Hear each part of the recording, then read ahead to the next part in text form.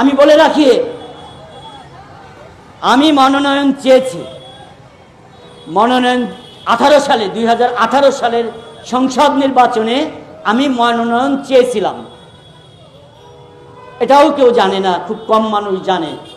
কিন্তু পরিস্থিতি বিবেচনায় সেই সময় এখানে একজন ক্যান্ডিডেট, আমি আর শেখ হাসিনার অধীনে নির্বাচন সুষ্ঠু হবে না, এইটা আমার একটা বদ্ধ ধারণা ছিল। আমারও তো একটা সেন্সার পাওয়ার আছে, তাই না?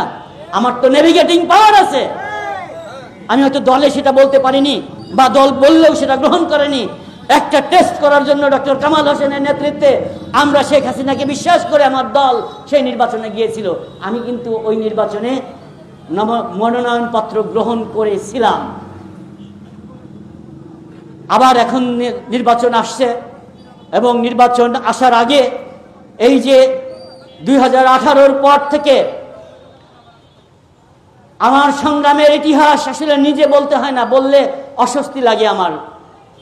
এই মিরপুর ভেড়ামারায় তখন কেউ কোনো ফেস্টুন দিতে পারছে না, কেউ কোনো ফেস্টুন, কোনো ব্যানার দিতে পারছে না।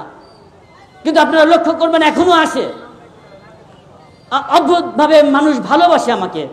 অনেক গ্রাম থেকে মহিলা ফোন করে, তোমার তো একটা সুন্দর পোস্টার দেখলাম ওই 23 সালে 22 সালে। তখন সেই পোস্টারে কি লেখা ছিল জানেন আপনারা? এখানে থাকলে দেখেন, এখনো অবৈধ সরকারের পতন চাই, অবৈধ শেখ হাসিনার পতন চাই, এই সমস্ত কথা লেখা ছিল। যখন এখানে মিছিল করতে পারছে না, যেখানে ফেস্টুন লাগাইতে পারছে না, আমার লোকজনও পারছিল না, তারা একবার পুলিশের দৌড়ানি খায়, আবার লাগায়, তারপরে ওটা থেকে যায়, সম্মানের সঙ্গে রাখে।